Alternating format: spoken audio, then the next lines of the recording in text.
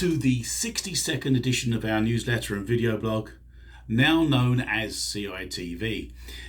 Can you believe we're now into nearly the last 2 months of the year?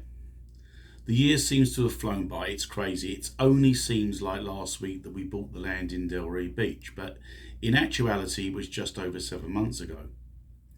Now, I would like to tell you that things have progressed at a pace these last 2 months. Unfortunately, it's been very frustrating on many fronts trying to get the building plans in for permit.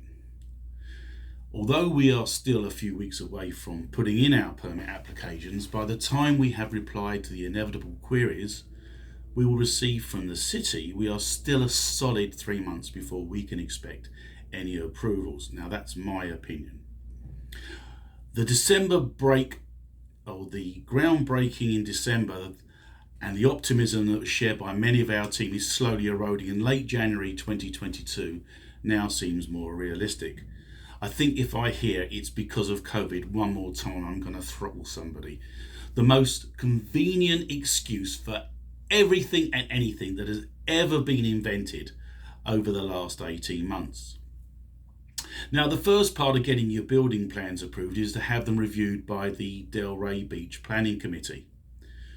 We submitted to the review committee these plans nearly a month ago. We were promised an answer by September the 28th. Now, on October the 15th, after receiving zero feedback, not a phone call, email or text, we received a whole bunch of review notes, questions and demands. We were told that the person assigned to our case had just returned to work after being absent for 2 weeks due to sickness. Well, what can you say? But additionally, a key element to the permit application and hopefully approval is the structural plans. These were promised to us nearly 2 weeks ago, but unfortunately, and I seem to be using this word a lot in this presentation, personal issues arose with our structural engineer, who had to go overseas for several weeks. Well, now back in the US, Hikmet, our structural engineer, emailed me that we should have these plans next week. I will update you at the bottom of the screen if this happens. But let's keep upbeat, as we have every right to be. The good news is that sale prices are holding firm, if not slightly increasing, although some of the extra margin that we were anticipating is likely to erode due to the increase in labour and material costs. The deficiency in the supply chain have impacted some crucial building materials like trusses, aluminium and lumber. They are sitting in cargo ships waiting up to six weeks to be offloaded in ports like Miami, Los Angeles and New York. Anyway, as I said, there is nothing to be despondent about. It's just a timing issue. In this CITV episode, we will speak to Matthew Bachrad and Danielle, our in-house project management team, on what they have achieved so far, together with their marketing plans. Matthew will take us on a tour of comparable buildings within the Delray Beach area. Tejera, and I hope I spelt or pronounced that properly, our hands-on architect, and Shane Ames from Ames International will give us their view on the project and what they are going to do to move things along for us. Julie Kogen will give us her unfettered viewpoint, as we have come to expect. Then finally, Marisha Kreitman, our surveyor and mapper, will let us know how we are proceeding with the replatting of the lot. So, let's start with our project management and marketing team, Matthew and Danielle. Well, guys, thank you for joining us here at at our project at 408 South East 2nd Street. So, just as an update, where are we, would you say, with the project at the moment? Bare bones, where are we at the moment? So November 5th, the firefighters from the city of Delray Beach are coming to demo the house that is on the property. So that is the progress that's going on. And then once the structural plans are given to the city, we should be able to break ground within, I would say, 2 to 3 months. That's assuming that we got permits, and as the people at home are going to see, that we have a delay on the permits or getting our plans to the permitting or to the city for permitting There's a few delays. Structural is one of them, which we've talked about earlier on in the segment. And also the city have been delayed by about 2, even 3 weeks because somebody who was, or the person that was dealing with our case has been absent sick. So there is a little bit of delay that you didn't know about because I haven't communicated that with you. I understand that the fire department is going to come and set fire to our place as a training exercise. That's going to save us a little bit on the demo. However, unfortunately, we found asbestos and we had to get that removed. So there was a cost there. So one actually washed the other. So let me ask you a question. So where are we in terms of getting costs for building the structure and the project? What have we done so far? So far we have made selections for countertops, cabinetry. We've made selections for doors, trimming, all the interior selections that need to be made. Okay, and the rest of it, I mean, what percentage would you say is left to get pricing on so that we can sit down and price the project out completely? I'd say we have 90%, 90 to 95% of the selections made, Okay, the estimates. right, okay, well, that's good. And I know that we're sitting down I think it's next week to actually do a complete costing of the project. And so by the time we do it's going to be the December version of CITV, we'll have those numbers for you as well.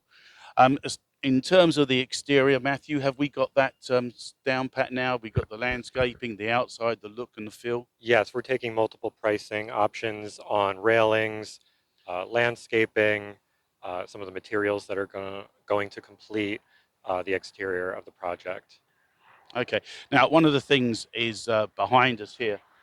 I noticed that the power lines are pretty close to the property, and I was speaking to Julie Kogen, our GC, and she's going to see if we can put them in the ground. Do you think that's a possibility? It is a possibility. That would be the ideal scenario. However, it's not a total issue because 2 of the 3 townhouses face west and east where there are no power lines.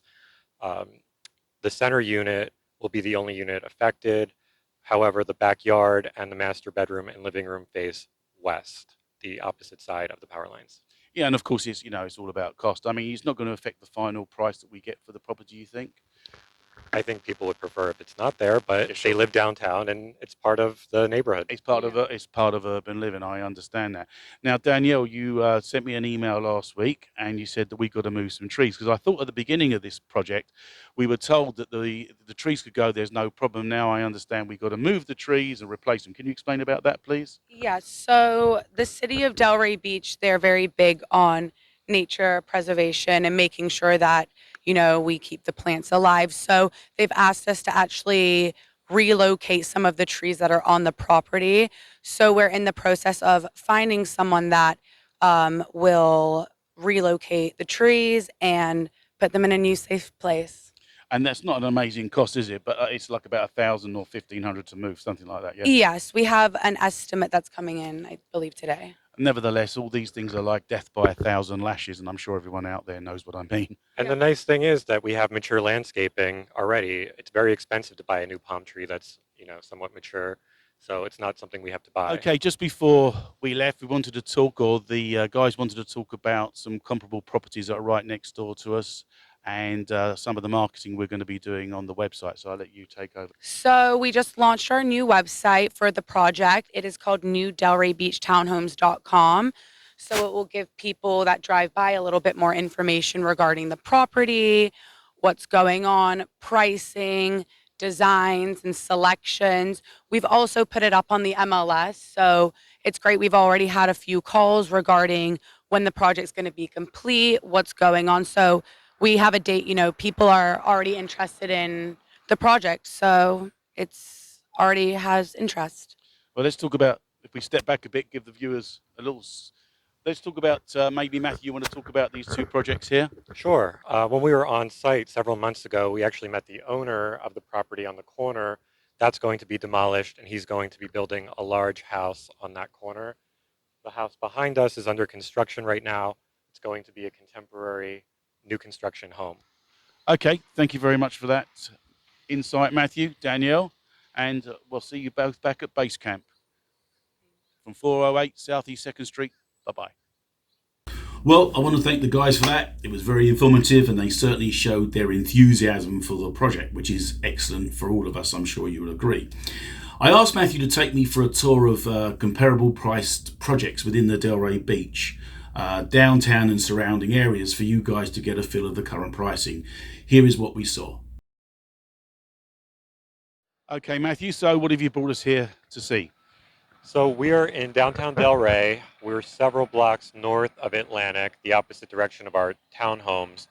The difference between this area and ours is more like city living. You can walk a block and you can go get a coffee. Here it's very suburban. However, there are building similar new construction townhouses and condos similar to what we're doing in this area. Okay, and price comparability? So these projects started in 2018 and 19. Many of them closed in 2020. They were they had signed contracts in 2019. Um, on the corner here, to my right, those units start at 2,000 square feet. They go to around 2,500 square feet, selling in the 1.5 range. That's what they closed at. Well, let me talk about the property next door, which is directly behind Oh, us. okay, yeah, go on. These are slightly bigger. These are about 800 square feet bigger. If you, we will show you the difference between the construction of these two units. Right. Although they sold around the same price, slightly higher because they are bigger. These sold upwards of 1.6. Um, the finishes on the first unit are much higher end, which you'll see from the windows to the garage door to the lighting to exterior tile work. This is more of a basic finish. What we're building on Second Ave is more like the first unit. You know, we have a superior quality product, and it will get us a higher price per square foot. All right, lovely. Okay, let's move on to our next one. Next. Okay, it couldn't be any hotter if we wanted it to be, could it? Well, these are the last days of summer. Yeah, well, we better enjoy them. I hope Anyway, so. tell me a little bit about this place. So this is the most comparable project in all of downtown Delray to ours as far as layout. It's a 3-unit building, just like ours, 2 corner units and a center unit. The center unit just closed in July 1st, to be exact, for just under $2 million. It's 3,000 square feet, 3 bedrooms, 3 floors, sort of a basic floor plan. Everything's very boxy. Nothing particularly special about these units compared to what we're trying to do with architecture and floor plans. So, although it's very comparable, I mean, there are some discrepancies. I mean, first of all, location isn't as great either, is it? Correct. And when I say comparable, we're on 2nd Street, but on the north side of Atlantic. So it's 2 blocks north of Atlantic. We are 2 blocks south of Atlantic. Um, Again, totally different neighborhood feel. South of Atlantic is much more developed than north of Atlantic, even 2 blocks up. Yeah. Okay, great information. Let's go and look at one other. So, Matthew, what's the story with these? So we're on McFarland Drive in downtown Delray. These units behind us are 3-bedroom, just under 3,000 square foot units. That's sold in the 2.6 range, February 2021. I suspect if these were on the market today, if one of them came up again for resale, it would be substantially higher, maybe even $1 million higher than what it sold for last year. Right. What about location? The location is off Atlantic Avenue. We're on the other side of the intercoastal from our project, which again is a different neighborhood, desirable to some because you can walk to the beach, but you're not in the city where our townhouse is, where you can walk and get food or a coffee or a drink, you know, walking 2 blocks out your front door. Okay, so if we don't melt or faint from the heat here, let's just take them on one more. Yeah? We'll do one more. I might even buy you lunch if you're a good boy. I'm a good boy. So, this is the final location you brought me to. Tell me a little bit about this. So again, we're in downtown Delray. We're several blocks north of Atlantic, north of George Bush, actually. Behind us is a double townhouse unit, 4,000 square foot under air, 4-bedroom, pending, last priced at 2.1 million. So it'll be interesting to see what it sells at. I have a feeling it's going to sell well above ask price. Each unit has its own swimming pool, and it's a very clean contemporary design. Okay, lovely. So, You've done very well taking us around today. Really appreciate it. I hope you guys back there have enjoyed it as well. We're going to get out the sun now before we melt, and we're going to get something to eat. Yeah? That sounds good. See you later. Well, I'm sure everybody found that interesting and informative. It certainly gives us great optimism for our project. Next up, I visited Ames International Architecture and spoke with Tejera and our hands-on architect that's dealing with our project together with Shane Ames about their version of where we are now and the short-term prognosis for getting ourselves to permitting and beyond. I apologise in advance to some background clicking noise in the upcoming segment, which is due to yours truly being an idiot and not screwing in a jack plug tightly to the receiver on the camera, which takes the signal from the two microphones. A big shout out to David, my partner in PropertyOnion.com, his technical skills in reducing the clicking noise to a somewhat bearable level. Every episode it seems I get it almost right. Trust me, I am seeking perfection one day, I promise. Hi there, thank you for joining me. Just a quick update, please, on where we are between the two of you. Give me the story, morning glory. As in everything about now, the supply lines are a bit chaotic, starting with the building department, with staff that's running on the project getting sick, being out for 2 weeks, transferring the pieces over, getting all of our MEPs and structural engineers and civil engineers and landscape engineers all put together and the plans in. Because right now it's just a waiting game with the city. Now, I spoke to you yesterday, and I know that the lady's been sick that was looking after our case. Any update on that? When, because I was told yesterday by your good self that we should have some comments and reviews and questions rather come back to us yesterday or today. So what happened there? What she informed me was that she was setting up the whole package with the comments from the different disciplines to be provided to us. So luckily we will have it before the end of this week. I mean today's afternoon or tomorrow. Okay, so that's one part of the delay in this process. Correct. The other part is that we are waiting for structural, and I mentioned in a segment before this that our structural engineer had some personal issues and he had to leave the country, and he just got back. I spoke to him yesterday, or rather Yes. we emailed each other, and he said he will get them back. He will get structural plans to us Early next week. Well, next week. And I said to him, is that early or late? Please say early. Yeah, he told me today that it will be by Monday or Tuesday. Yes, so early next week.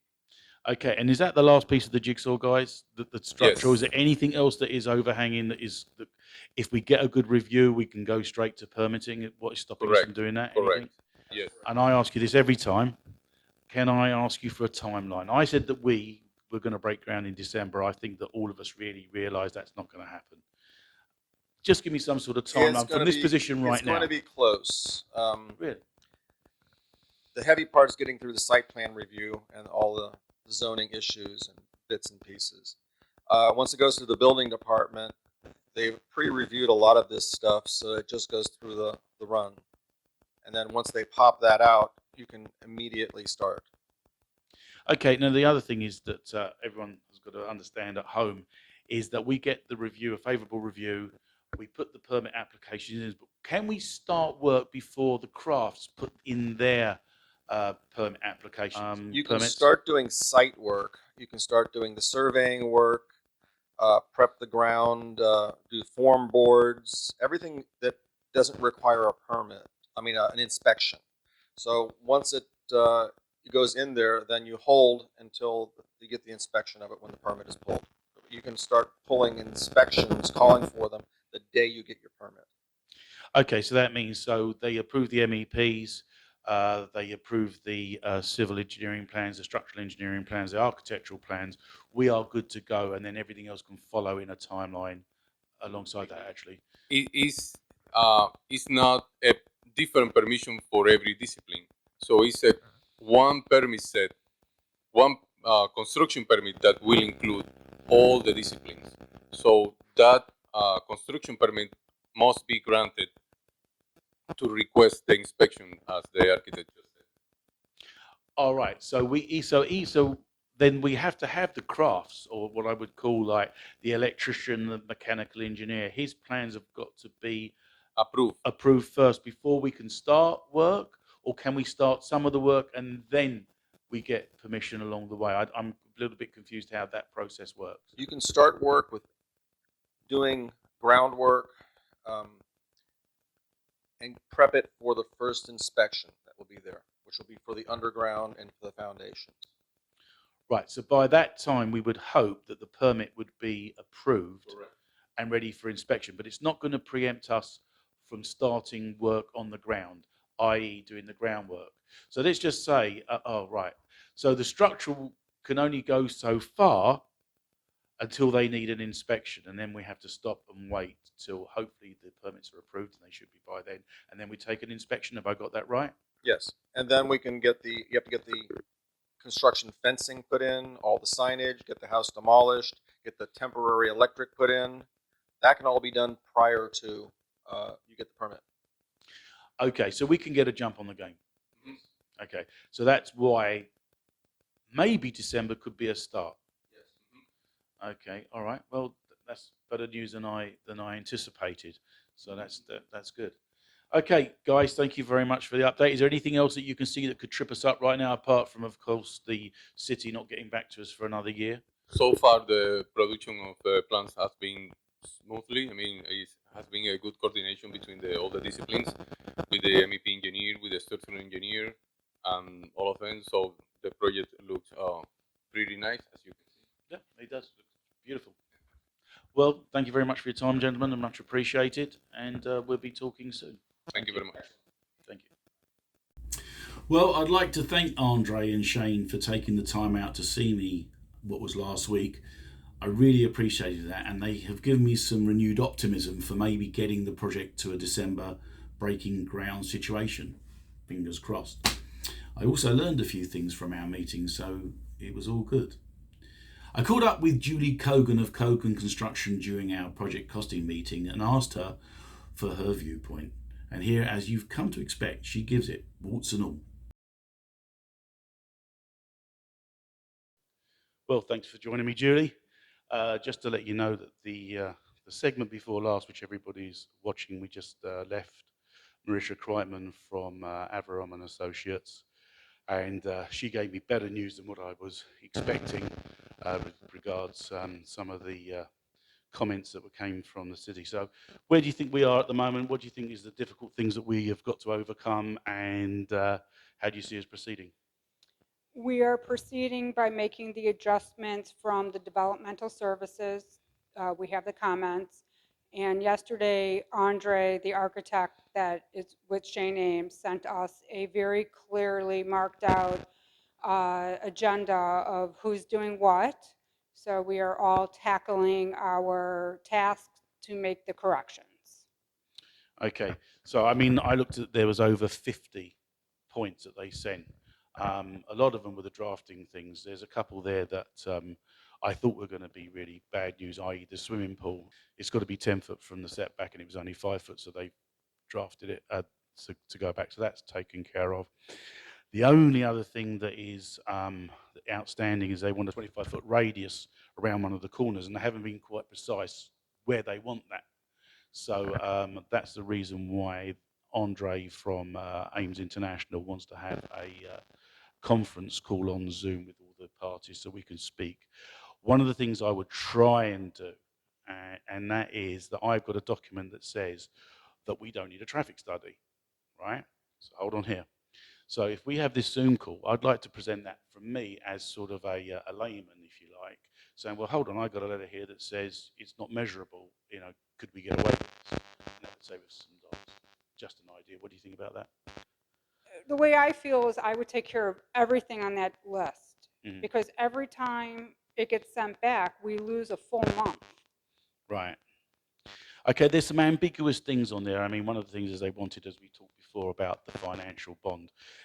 We don't know what part of the development they want to bond on. It looks like when I read it that it's just the public services and utilities part rather than the whole situation. But it says maybe It doesn't say we want. So again, we need some clarification on that, and that's it. So when I was speaking to Marisha, she said to me that she thinks that we might be able to get started, and so did Shane as well and Andre, that we can go pre-permit. We can start breaking ground and do some pre-permit work on. And I think you've gone some way to organising that, yes? Yes, and I did speak to the plan reviewer, which said that a lot of people do submit their plans as soon as the plat is approved. Right. Because until the plat's approved, they won't let anything proceed. Yeah, no, I understand that.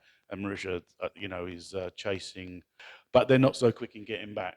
But she doesn't think there's going to be any problem that we're going to get 3 lots out of that. So that's not the issue. Okay, so anything that you can see that may trip us up along the way, that may delay us, please say no. Major delays? Yeah. Once we get the updated site plan from Ames, that then goes to the landscape architect, irrigation designer, and they both need at least 3 weeks to prepare their documents. So it's 3 weeks from the date that Ames is done with their work. Right, but we can do some groundwork prior to permitting. That's what Shane said. He said that we could, do the demo. Yes. We can prepare some of the groundwork, but we can't go obviously any further than when we need an inspection, obviously. But so we could get quite a lot of work done before Well, that. I sent you yesterday an email saying that Nutting Engineering will be going out and doing 3 more soil samples. I have that set up for November the 6th. Right, okay. We have the trees that need to be removed set up for November 6th also. When you say remove, we've got to replace them. Is there another place that we're going to put them, or we're just going to take them down temporarily? We are moving them to the next door neighbor's property line, and he's agreed to water them for 2 weeks. All right, that's lovely. That's nice. Very neighbourly. Yeah, and we, of course, will check on it to make sure. Okay, so things are progressing, because when I first got that report that you sent me, well, actually I got it from 2 or 3 different sources, it would look terrific when you went through it. But now that I've had sort of time to digest it over the last 5 or 6 days, as I said, it doesn't seem as onerous as I thought it first was going to be. So hey, how happy days may be, eh? Maybe, yes. All right, so Julie, we'll be catching up with you in December, and hopefully we'll have a position that's a lot more forward than it is today. So we look forward to seeing you. See you soon. Thank you. Thanks for that. You can always rely on Julie to deliver a straight to the point, no holds barred current project update. Just before we put this CITV episode into post-production, I quickly dropped in on Marisha Kreitman of Avrom and Associates to get a quick update on how we were getting on with the city regarding replatting the land parcel. Now, just to remind you that we have applied to the Delray Beach Zoning and Planning Department to turn 2 lots into 3, 1 for each townhome. I also asked what action she is taking given the Delray City's Review Committee's comments that we just received. Well, here we are at Avrom and Associates, and as you know, this is Marisha Kreitman, and I've come down today to speak with her about 2 subjects. And so we'll start with the first one. How are we getting on with the replatting of the plot from 2 lots to 3 lots, isn't it? Yeah. And I know you've been talking with the planners, so just tell me and them how we're doing. Well, we submitted the initial plans, and they came back with we have the green light to go on submitting the hard copies and all the signed application and everything. And we just got back comments for the site plan review. Right. Which let me just take you back down to the replatting. So there's not going to be a problem with replatting this to 3 lots, no? No. And no. how long do you think that will take? That is something that the city would have to estimate on. Yeah. But if you were to guess, I don't want to. I like putting you on the spot here. Don't worry. But if you were to guess, I mean, I did ask her about it, but Rochelle, who's the coordinator for the city, but she didn't give me a straight answer as to how long the processing will take. I guess it depends on the comments and when we get back the comments. Yeah, We're at because their beck and but call. until we got the replatting sorted out, we can't actually go to permit, can we? No. So it's kind of really critical that they Yeah. behave themselves and Yeah, work exactly. and work with us. Yeah. Okay, so I told everybody very briefly about that we had the comments back from the city, and there was over 50 of them. Now I don't want to confuse everybody here, but at the end of this CITV presentation, which was filmed before this segment was filmed, I said that we may lose a swimming pool, or they're trying to make us lose a swimming pool in the process. But it turns out that is not the case. So when you see the end segment of this CITV, don't worry, we're not going to lose a swimming pool. They've just moved it back another 5 feet. But anyway, let's talk about the comments that they've made, and you just roughly tell me what if you see any real big stumbling points, or is it just a question that we can just answer their questions and just get through the review? The comments are pretty straightforward. When we initially did the survey, they were redoing Southeast 4th Street, 4th Avenue. So now we would have to go back out and get finished grade on Crown of Road for the survey part of it. And Right. when we submit the plat, we have to submit the survey also. And based on their comments, there's a couple of things that I would have to modify the plat.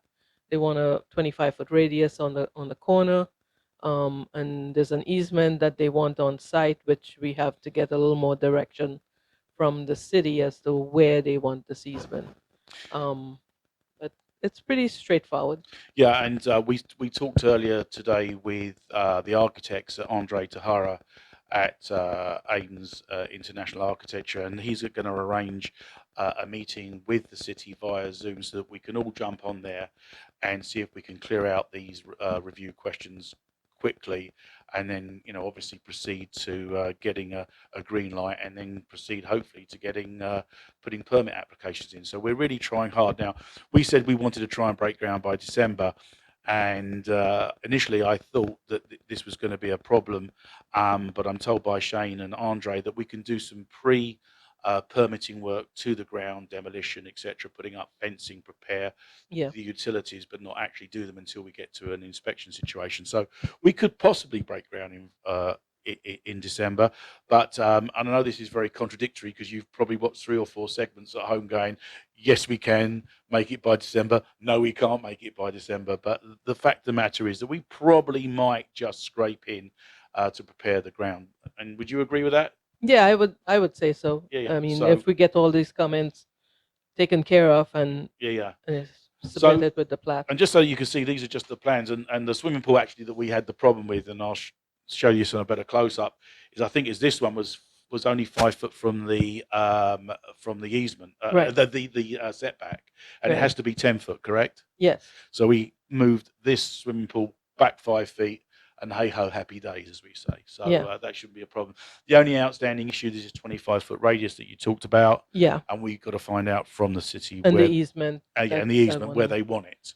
And also we're gonna have to modify the lot line for Unit 3 to extend so that we don't violate setback. Okay, all right. So not as bad as I thought it was going to be when I first got the comments from the city. Obviously, we thought we were going to get a clean bill of health, but we realistically, you were never going to get that. There was always going to be some comments.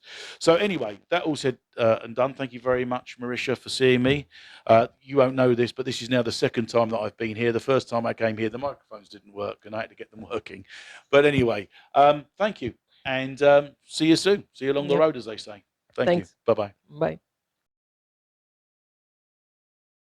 There's a swimming pool, Yeah. which is here also. This is the 25-foot radius. Yeah. This is where we're gonna make this is the plat, and we're gonna make this modification to extend this Unit 3 lot line down and eliminate. We'll do a cross access easement here, so we don't violate the setback on this building, which is just as the same as that here. Beautiful. Well, thanks to Marisha Kreitman for that update.